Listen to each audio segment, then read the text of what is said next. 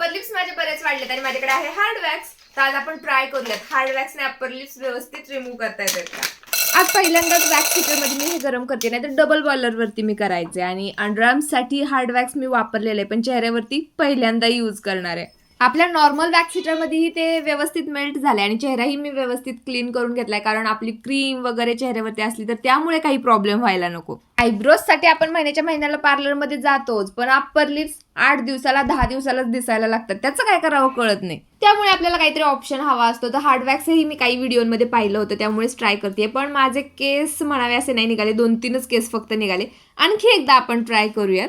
Apply केल्यानंतर थोडंसं त्याला सुकू द्यावं लागतं आणि नंतर ओढून काढायचं.